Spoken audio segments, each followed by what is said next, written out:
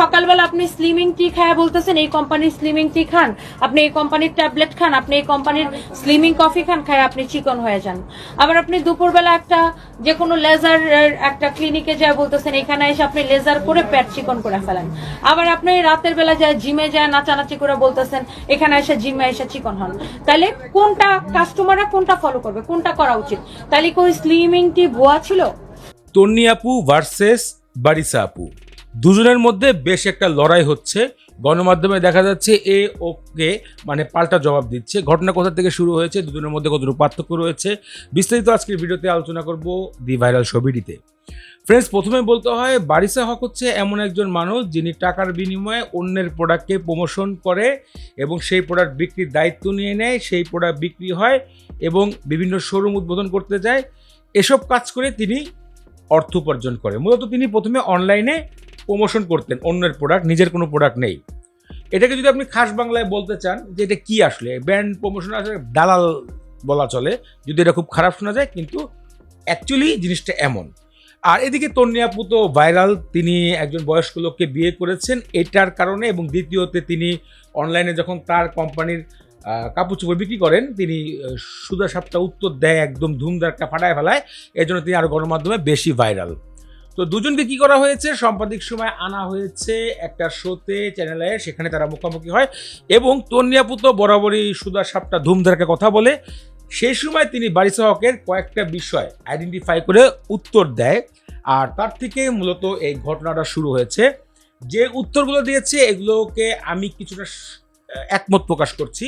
উত্তরটা তিনি এটাই দেয়, যারা ব্র্যান্ড অ্যাম্বাসেডর রয়েছে সাধারণত তারা সকালে একটা প্রোডাক্ট দেয় যে এই নাইট ক্রিমটা লাগান ফর্সা হবেন, বিকালে আবার আরেকটা নাইট ক্রিম লাগান যেটা আরও ফর্সা হবেন, সকালে আবার পরের দিন যে আরেকটা নিয়ে আসে।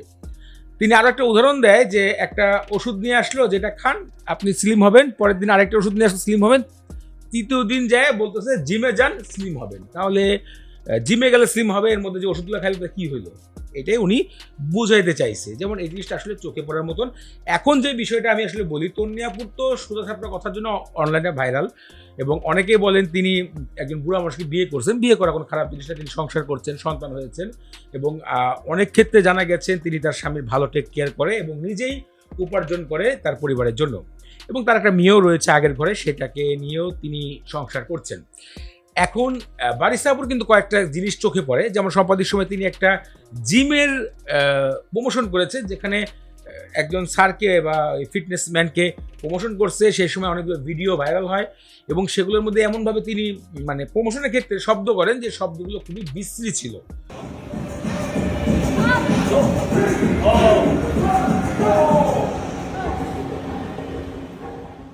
যেটা আসলে আমি বলতে চাইছিলাম কিন্তু বলি নাই, কারণ দরকার নেই, কিন্তু যেহেতু কথা উঠেছে তাই আমি একটু শেয়ার করছি। এছাড়া উনি বিভিন্ন সময় যেভাবে মেকআপ করে আসে, আসলে উদ্ভট মেকআপ মনে হয় আমার কাছে। জানি না, অনেক কাছে হয়তো ভালো লাগতে পারে, মেকআপগুলো উদ্ভট লাগে, ওনার প্রমোশন স্টাইলগুলো কেমন লাগে আমার কাছে জানি না। এছাড়াও দেখি মাঝে মাঝে বিভিন্ন শোরুম উদ্বোধন করতে নিয়ে যায় এবং তিনি বলেন তিনি টাকা ছাড়া কথা বলেন না। ওই বিষয়গুলো আসলে আমার কাছেও একটু অন্যরকম লাগে। ওভারঅল তার কাজই হচ্ছে এটা ভাই। আমরা আসলে দূর থেকে যেরকম মনে করি তেমন তিনি কিন্তু তেমন কিছুই না। তার কাজই হচ্ছে প্রমোশন করা, নিজেকে গুছিয়ে রাখা, কারণ ওইটাই তার রিজিক, এটাই তার রিজি রুটি। তিনি যদি অনলাইনে এসে কথা না বলেন তাহলে তিনি আর খাওয়ার কোনো উৎস নেই। আমি মনে করি যে সত্যি কথা। আমার মনে হয় উনি যদি কোনো শোরুম উদ্বোধন না করেন ওনার কোনো ইনকাম নেই, এটাই ওনার মেন ইনকাম। এটা ভালো, এটা কোনো খারাপ কিছু না। সো এই সাম্প্রতিক সময় আসলে ঘটনাটা এখান থেকে শুরু হয়েছে যে বারিসা আপুকে খুব নিন্দনীয়ভাবে কথা বলেছেন তন্নি আপু। তারপরে গণমাধ্যমে মনে হয় সেটার প্রতিবাদও অনেক অনুষ্ঠানে গিয়ে বারিসা আপু করেছে। এর আগেও একটা কথা বলি, বারিসা আপু কিন্তু একটা টাইমে ডিজিটাল নিরাপত্তা আইনে মামলা করে একটা ছেলেকে ভিতরে ঢুকাইছিল, মানে জেলে ঢুকাইছিল।